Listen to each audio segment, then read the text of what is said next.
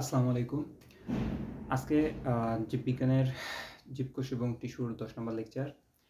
আজকে আমরা আলোচনা করব প্রাণী টিস্যু সম্পর্কে। তো প্রাণী টিস্যুর ক্লাসিফিকেশন নিয়ে আলোচনা করব। এরপর আমরা আবরণী টিস্যুর বিস্তারিত আলোচনা করব। তো চলো শুরু করে দিই। তো শুরুতেই দেখো প্রাণী টিস্যু ৪ ধরনের হয়। একটা হচ্ছে আবরণী টিস্যু, আরেকটা হচ্ছে যোজক টিস্যু, একটা হচ্ছে পেশি টিস্যু এবং আরেকটা হচ্ছে স্নায়ু টিস্যু বা নিউরন। তো আবরণী টিস্যু ৩ ধরনের হয়। তো ক্লাসিফিকেশনের ২টা। প্রথমে আমরা ৩ ধরনের দেখব, তারপরে আরও ৩ ধরনের আছে সেটাও দেখব। এরপর যোজক টিস্যু ৩ ধরনের, পেশি টিস্যু ৩ ধরনের হয়। এগুলো পরবর্তী ক্লাসে আলোচনা করব। তো আজকে আমাদের আলোচনার বিষয় হচ্ছে আবরণী টিস্যু। ঠিক আছে? তো চলো শুরু করি।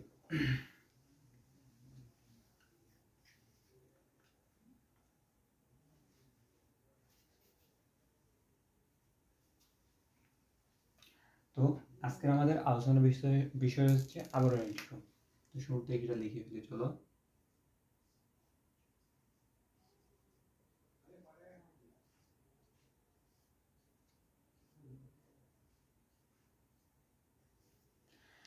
আবরণী টিস্যু নিয়ে আমরা আজকে আলোচনা করব। তো আবরণী টিস্যু ৩ ধরনের হয়। ঠিক আছে? তো আকার, আকৃতি এবং গঠন এই ৩টার উপর ভিত্তি করে আবরণী টিস্যুকে ৩ ভাগে ভাগ করা যায়। আকার, আকৃতি এবং গঠন। দেখো,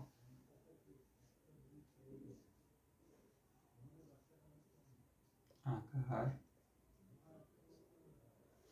আকৃতি এবং গঠনের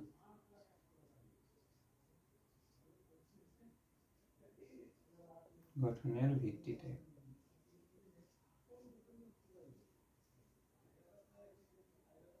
কত ধরনের? ৩ ধরনের।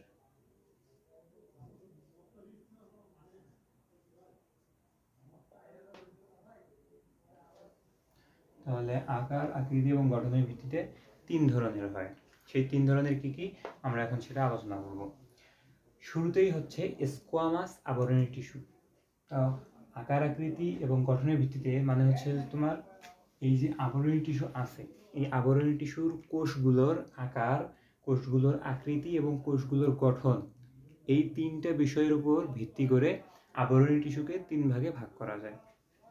আবরণী টিস্যুকে আকার, আকৃতি এবং গঠনের ভিত্তিতে যে ৩ ভাগে ক্লাসিফিকেশন করা যায়, সেটার প্রথম ভাগটা হচ্ছে তোমার স্কোয়ামাস আবরণী টিস্যু।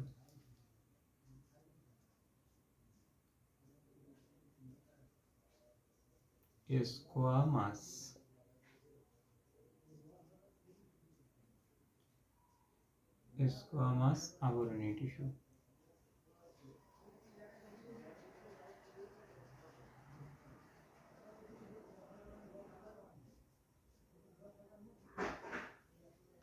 তো স্কোয়ামাস আবরণী টিস্যু হচ্ছে যেই টিস্যুর কোষগুলো মাছের আঁশের মতো চ্যাপ্টা। মাছের আঁশ তোমরা দেখছো, আইস যেটাকে বলা হয়, মাছের আইস তোমরা লক্ষ্য করে দেখো, সেটা কিন্তু অনেক পাতলা হয় এবং চ্যাপ্টা হয়। ঠিক আছে? কিভাবে দেখাই, তোমরা ধরে নাও যে এটা যদি একটা মাছের আঁশ হয়, এই মাছের আঁশের তোমার উচ্চতা কিন্তু একবারেই নাই বললেই চলে, কিন্তু মাছের আঁশটা চ্যাপ্টা হয়, উচ্চতা নাই বললেই চলে। তো এইরকম চ্যাপ্টা থাকে কোষগুলা। ঠিক আছে? তো আমরা এই সংজ্ঞার মধ্যে ওই কথাটাই লিখব, যেই টিস্যুর কোষগুলা মাছের আঁশের মতো চ্যাপ্টা। ঠিক আছে? আমি যে এটা কিভাবে মনে রাখি দেখো, এই যে শেষে যে মাছ কথা আছে না, এটা দিয়ে আমি মনে রাখি। তো আমাদের তো মনে রাখতে হবে, তাই না? তো এই মাস, যেটা দন্তস্বই হোক বা ছয়ই হোক, তো মাস কথাটার উচ্চারণ এখান থেকে কিন্তু আমি মনে রাখি যে স্কোয়া মাছ, এই মাছের আইসের মতো চ্যাপ্টা, এই যে মাছ, এটা থেকে আমি মাছ মনে রাখি। তো এই মাছের আইসের মতো চ্যাপ্টা যেই টিস্যুর কোষগুলা, ওইগুলাই হচ্ছে স্কোয়ামাস আবরণী টিস্যু। তো চলো আমরা সংজ্ঞাটা লিখে ফেলি। তো যে টিস্যুর কোষগুলো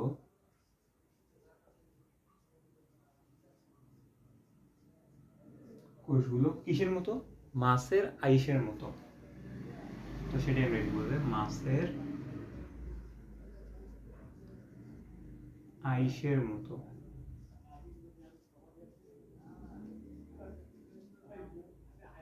আইসের মতো চ্যাপ্টা হয়। চ্যাপ্টা হয় তাকে স্কোয়ামাস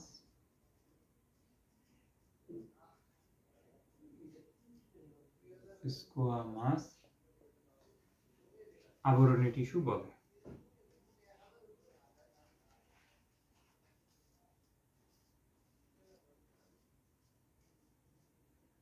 টিস্যু বলে, একদম ইজি সংজ্ঞা, ঠিক আছে। দেখো তোমাদের নামটা নাম থেকে আমরা নাম থেকেই মনে রাখতে পারতেছি।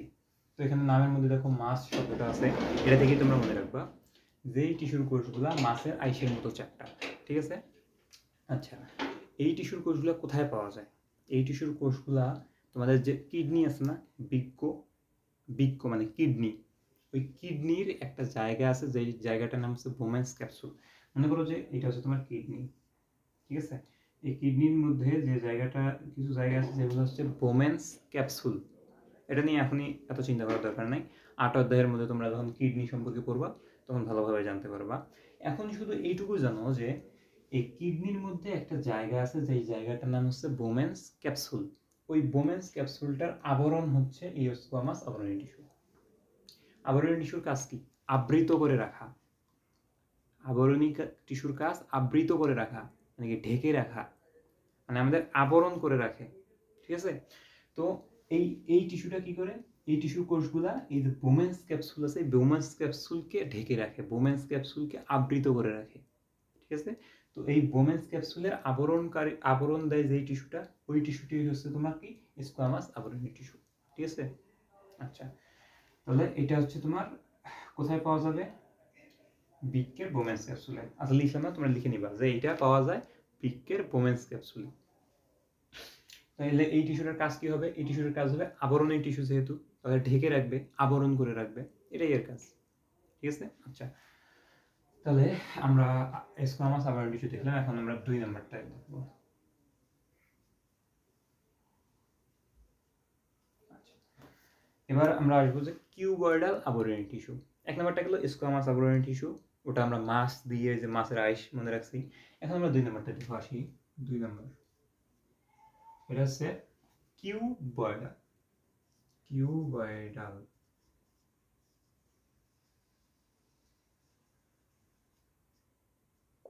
কিউবয়েডাল আবরণী টিস্যু। আবরণী টিস্যুটা আর লিখলাম না, হ্যাঁ, শুধু কিউবয়েডাল লিখলাম। এইখানে এখন লক্ষ্য করো, এইটা মনে রাখবা কেমনে। মনে রাখা থেকে কিন্তু আমি সংজ্ঞা দিতেছি, মনে রাখার টেকনিক থেকে সংজ্ঞা দিতেছি, ঠিক আছে। আচ্ছা, এই দেখো এখানে যে প্রথমে যে শব্দটা আছে কিউব, কিউব যে শব্দটা আছে, কিউব মানে কি? গণিতের কিউব পড়ছো? তোমার মনে করো যে গণিতে যে এক্স দাও না, এক্স বা ওয়াই যে রাশিগুলো ধরো, এগুলোর উপরে তোমরা এই যে কিউব দাও না, কিউব দাও না, এই কিউব। তো এই কিউব দিয়ে তোমরা এখন কেমনে মনে রাখবা? সেটাই তো কথা না, যেহেতু নামের মধ্যে কিউব আছে, এই কিউব দিয়ে তোমরা মনে রাখবা কিভাবে? কিউব মানে কি? 3টা। এই এই কোষগুলার 3টা জিনিস সমান হয়। কি কি? দৈর্ঘ্য, প্রস্থ, উচ্চতা। দৈর্ঘ্য, প্রস্থ, উচ্চতা, এই 3টা জিনিস এই কোষগুলোর সমান হয়। তাহলে আমরা সংজ্ঞা শুরুতেই বলবো, যেই কোষগুলা কিউব আকৃতির হয়। কিউব কি? ঘনক। কিউব বা ঘনক আকৃতির, ঘনক মনে না থাকলে সমস্যা নেই, কিউব আকৃতির হয়। যেই টিস্যুর কোষগুলা কিউব আকৃতির হয় এবং 3টা জিনিস সমান হয়। কি কি 3টা জিনিস? দৈর্ঘ্য, প্রস্থ এবং উচ্চতা। এই কিউব থেকে মনে রাখবা দৈর্ঘ্য, প্রস্থ এবং উচ্চতা, ঠিক আছে। আচ্ছা, তাহলে এই যে এখানে তোমরা সংজ্ঞায় যেটা প্রথমে লিখবা, যে টিস্যুর কোষগুলো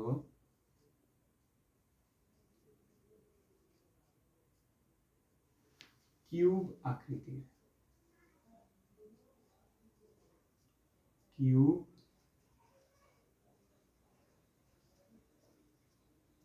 আকৃতির, অর্থাৎ অর্থাৎ মানে কি, এই যে কিউব আকৃতির বললাম, কিউব আকৃতির কেন বললাম, কারণ তিনটা জিনিস সমান, দৈর্ঘ্য সমান, প্রস্থ সমান এবং উচ্চতা সমান। কিউব আকৃতির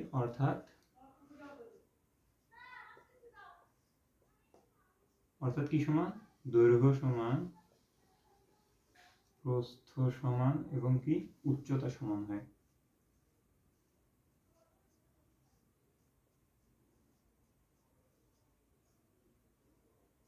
সমান হয়। যেই টিস্যুর কোষগুলো কিউব আকৃতির হয়, অর্থাৎ দৈর্ঘ্য, প্রস্থ এবং উচ্চতা সমান হয়, তাকে কি বলে, কিউবয়েডাল আবরণী টিস্যু বলে।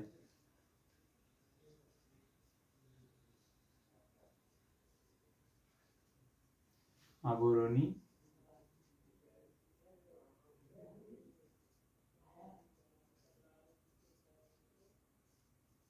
টিস্যু বলে। ব্যাস, এটা হচ্ছে তোমার সংজ্ঞা। ঠিক আছে, কোনো মানে কোনো সমস্যা আছে? কোনো সমস্যা থাকার কথা না। এই যে কিউব বলছি, এই কিউব থেকেই লিখবা, কিউব আকৃতির হবে, আর তিনটা জিনিস, কিউব কি তিন, তো তিনটা জিনিস সমান হবে, দৈর্ঘ্য, প্রস্থ এবং উচ্চতা, এই তিনটা জিনিস সমান হবে এবং কিউব আকৃতির হবে। ওই টিস্যুটাই, ওই যে কোষগুলোর মধ্যে এই বৈশিষ্ট্য থাকবে, ওই কোষগুলো দিয়ে যে টিস্যু গঠন হবে, ওইটা হচ্ছে কিউবয়েডাল আবরণী টিস্যু। তাহলে এই কিউবয়েডাল আবরণী টিস্যুরও কাজ হয়েছে আবৃত করে রাখা। ঠিক আছে, আচ্ছা, এটা তোমার পাওয়া যায় বৃক্কের সংগ্রাহক নালিকায়।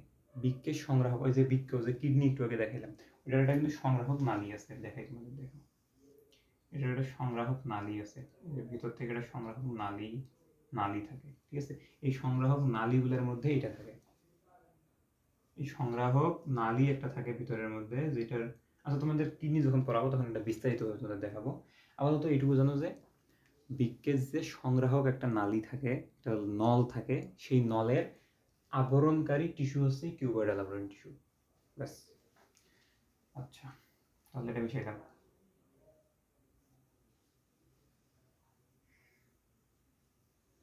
এখন আমরা আর যে টিস্যু দেখবো, এটা হচ্ছে কলামনার আবরণী টিস্যু। তাহলে আমরা 3 নম্বর টিস্যুতে চলে আসছি।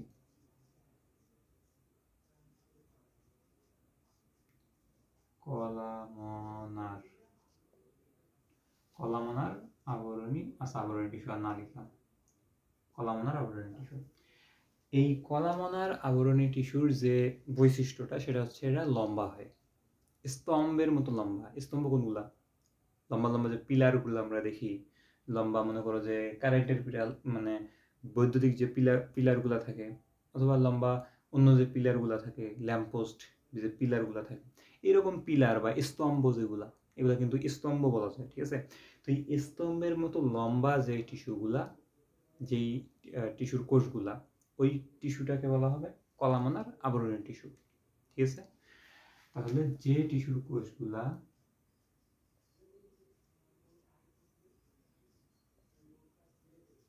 যেই টিস্যুর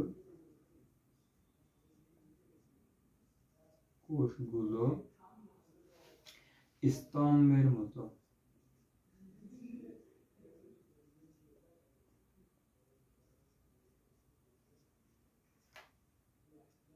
স্তম্ভের মতো লম্বা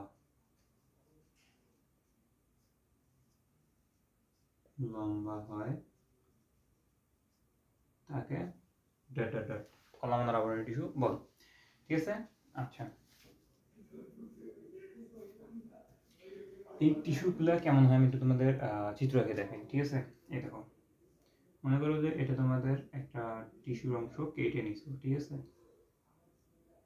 টিস্যুর অংশ কেটে নিছো, এই টিস্যুর কোষগুলা এই যে লম্বা হয়, শুধু জাস্ট এই লম্বা হবে, জাস্ট এই লম্বা হবে, এদের প্রস্থও বেশি নাই, মানে দৈর্ঘ্য বেশি নেই, প্রস্থ বেশি নেই, জাস্ট শুধু এই লম্বা হবে। এই কোষটুকু একটু, এটা একটু, এটা একটু, এটা একটু, একটু, একটু, এর মাঝে মধ্যে আবার অন্য কোষ আছে, এপাশে আবার সেম ওইটুক, এইটুক, এইটুক। ঠিক আছে, তো এগুলো দেখো সরু এবং লম্বা, সরু এবং লম্বা। আচ্ছা, তোমরা এই সংজ্ঞার মধ্যে আরেকটা জিনিস তাহলে অ্যাড করতে পারো, যে টিস্যুর কোষগুলো স্তম্ভের মতো লম্বা হয় এবং সরু হয়। দেখো, লম্বা এবং সরু লিখে দিই, তাহলে ভালো হবে আরো। লম্বা এবং সরু হয় তাকে কলামনার আবরণী টিস্যু বলে। ঠিক আছে? আচ্ছা, তাহলে আমরা এটা কিন্তু বুঝলাম যে যেই কোষগুলো স্তম্ভের মতো লম্বা এবং সরু হয় ওই কোষগুলোকে বলা হয় কলামনার আবরণী টিস্যু। ঠিক আছে? আচ্ছা, তাহলে এটা হচ্ছে তোমার কলামনার আবরণী টিস্যু, এটা গেল, এটা মিশাইলাম। তো এটার কাজ কি হবে? আবরণী টিস্যুর কাজ যেটা, এটারও কাজ সেটাই হবে। আবরণী টিস্যুর কাজ আবৃত করে রাখা, তাহলে এটারও কাজ কি হবে? আবৃত করে রাখা। তো এইটা হচ্ছে তোমার আকার, আকৃতি এবং গঠনের দিক থেকে যে তিন প্রকার, সেই তিন প্রকার আমরা এখন দেখলাম। ঠিক আছে? এখন আমরা দেখব ভিত্তিপর্দার উপর কোষের সজ্জিত অবস্থার উপর ভিত্তি করে আবার তিন ধরনের। লিখে ফেলি, দেখো।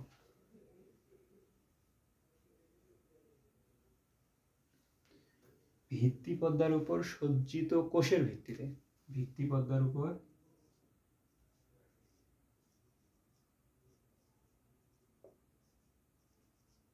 ভিত্তিপর্দার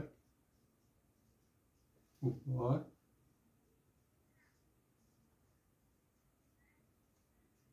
সজ্জিত কোষের ভিত্তিতে আবার কয় ধরনের? তিন ধরনের।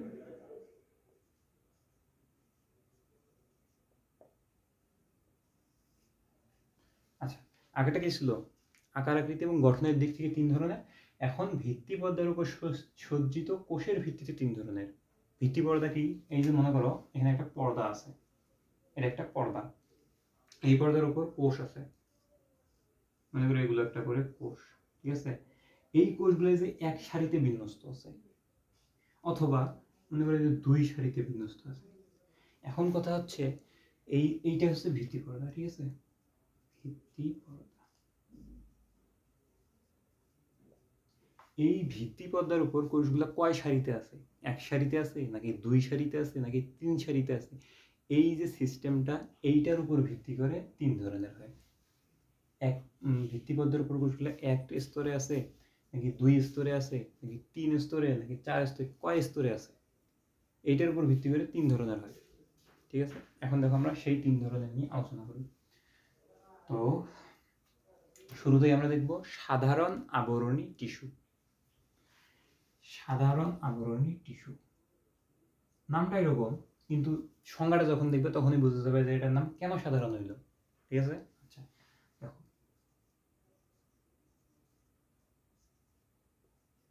সাধারণ আবরণী টিস্যু আর লিখলাম না, তোমরা লিখবা।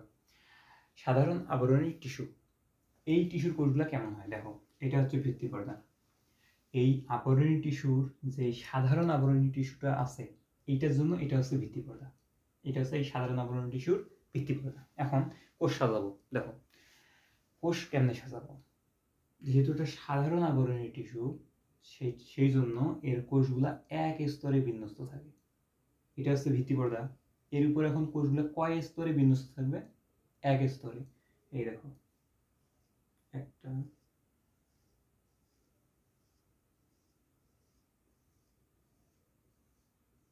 এগুলো প্রত্যেকটা হচ্ছে একটা করে কোষ।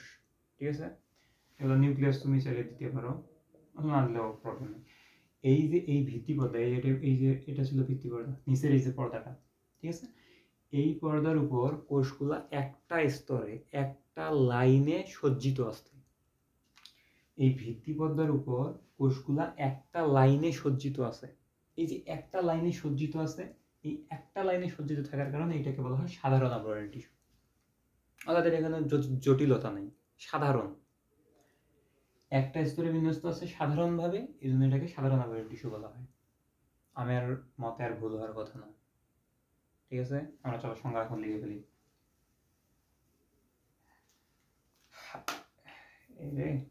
আচ্ছা, যে টিস্যুর কোষগুলা, যে টিস্যুর কোষগুলো কিসের উপর সজ্জিত থাকবে? ভিত্তিপর্দার উপর। ভিত্তিপর্দার উপর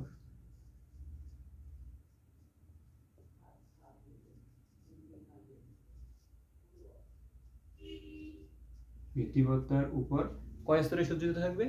যেহেতু সাধারণ এক স্তরে, তাহলে ভিত্তিপদ্মার উপর এক স্তরে সজ্জিত থাকে।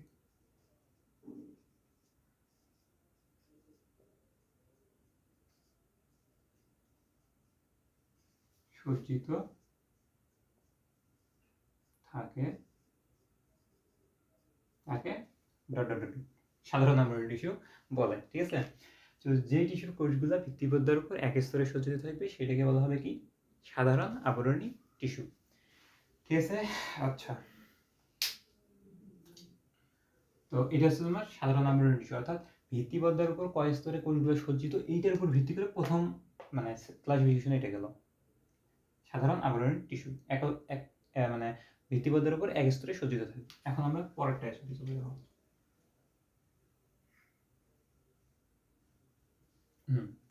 এখন আমরা আসবো যে স্ট্র্যাটিফাইড আবরণী টিস্যু। সাধারণ আবরণী টিস্যু গেল, এখন আমরা আসবো স্ট্র্যাটিফাইড আবরণী টিস্যু। 2 নম্বর স্ট্র্যাটিফাইড।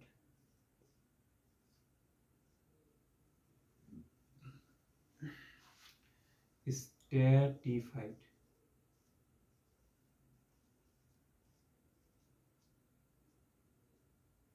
স্ট্র্যাটিফাইড আবরণী টিস্যু।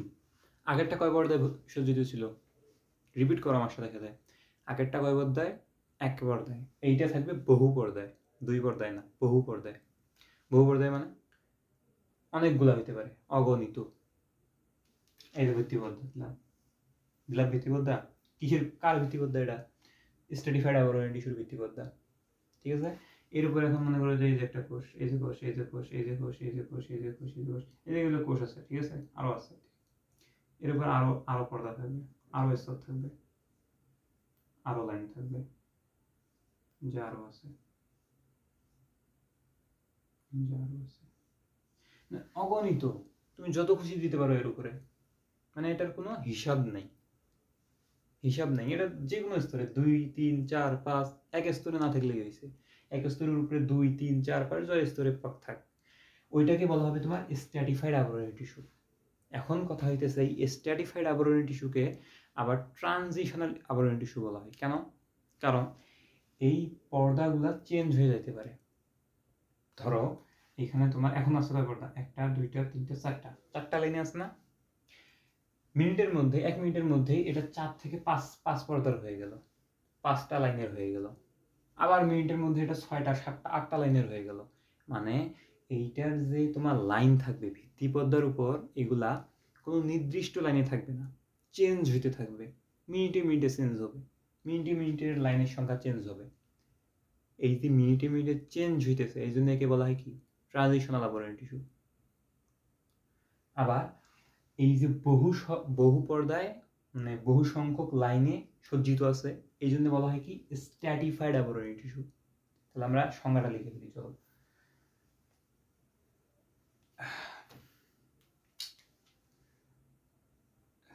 যে টিস্যুর কোষগুলা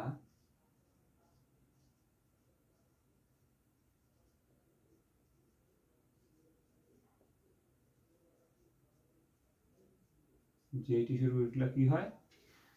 ভিত্তিপদ্মার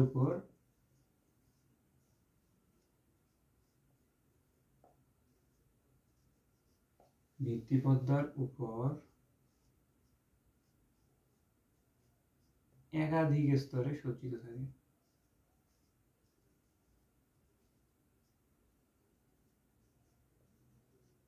একাধিক স্তরে সজ্জিত থাকে।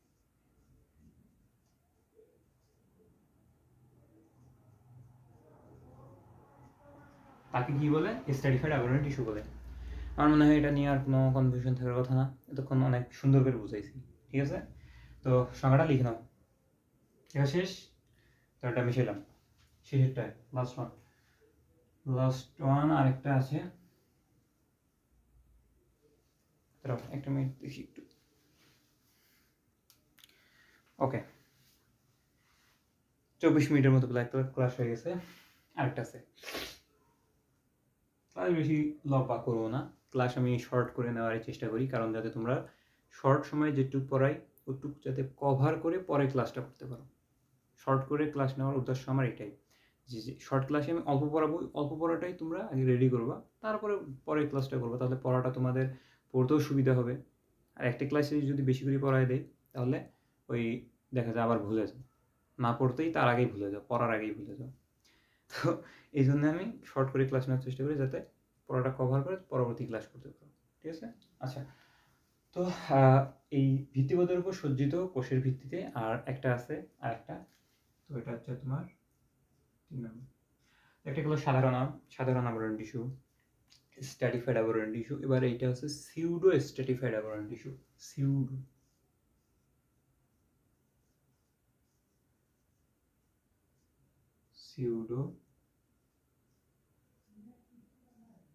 স্ট্র্যাটিফাইড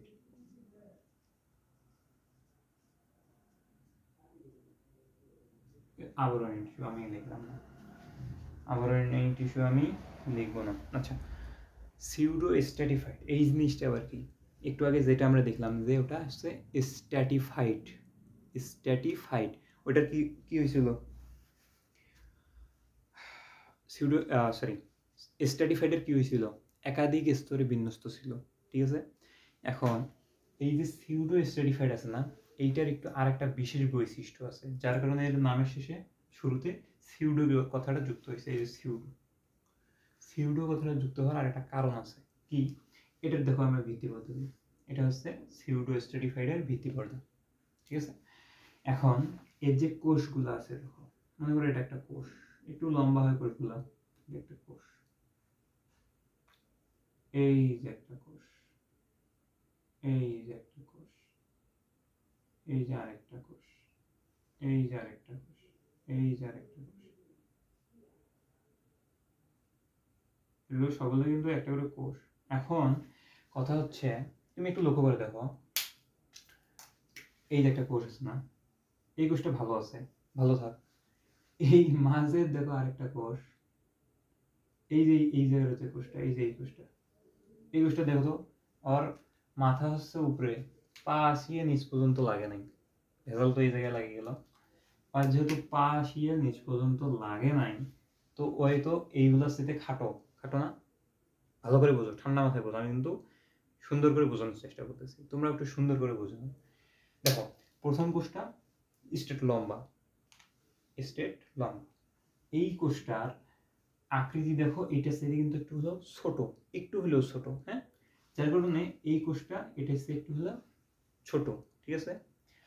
এই কোষের নিচটা ভিত্তি পর্দায় এসে লাগে নাই, কিন্তু উপরটা এদের সমান, ফলে কি হয়েছে?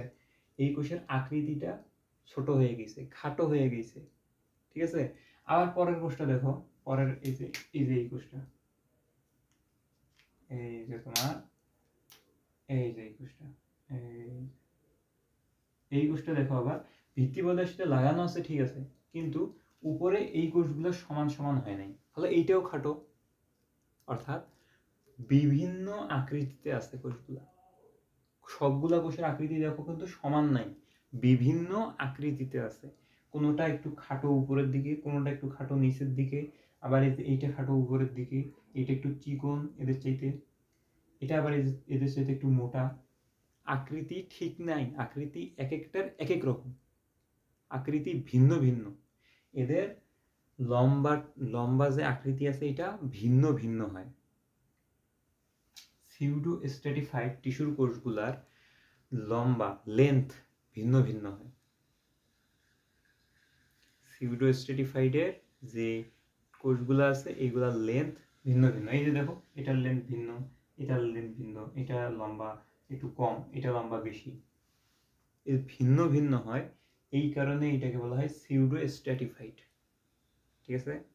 আগেরটা স্ট্র্যাটিফাইডের কিন্তু তোমার যে লাইনগুলো ছিল, যে স্তরগুলো ছিল, এগুলো সংখ্যা চেঞ্জ হইতো, মিনিটেই 2টা 4টা 5টা হয়ে যাইতো, কিন্তু এগুলোর সংখ্যা চেঞ্জ হবে না। কিন্তু দেখলে দেখো মনে হয় এইটা একটা স্তর, আবার এইটা একটা স্তর, মনে হয় না এরকম? কিন্তু না, এগুলো সবই একই স্তরে আছে।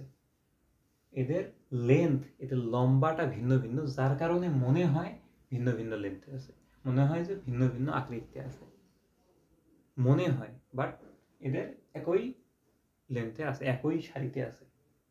শুধু এদের আকারটা ভিন্ন হওয়ার কারণে, এদের লেন্থ ভিন্ন হওয়ার কারণে মনে হচ্ছে যে বিভিন্ন আকৃতিতে আছে। ঠিক আছে, তো এইটাই হচ্ছে তোমার সিউডো স্ট্র্যাটিফাইড আবরণী টিস্যু, যেই টিস্যুর কোষগুলার আকৃতি ভিন্ন ভিন্ন, লেন্থ ভিন্ন ভিন্ন। আমরা লিখে ফেলি, চলো। এই টিস্যুর কোষগুলো ভিত্তিপত্রের উপর একই স্তরে সজ্জিত থাকে, কিন্তু এগুলার উচ্চতা বিভিন্ন হয়। উচ্চতা মানে কি, লেন্থ, লম্বা ভিন্ন ভিন্ন হয়। আমরা লিখে ফেলি, চলো। যে টিস্যুর কোষগুলা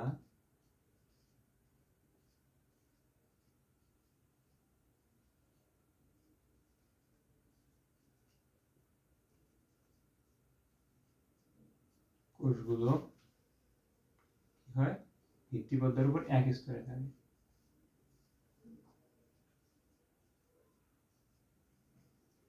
ভিত্তিপত্রের উপর এক স্তরে সজ্জিত থাকে